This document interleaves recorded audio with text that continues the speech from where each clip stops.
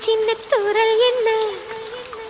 எங்கேதான் சென்றாயோ இப்போது வந்தாயோ சொல்லாமல் வந்தது போல் இல்லாமல் போவாயோ தப்பாமல் மீண்டும் சந்திப்பாயோ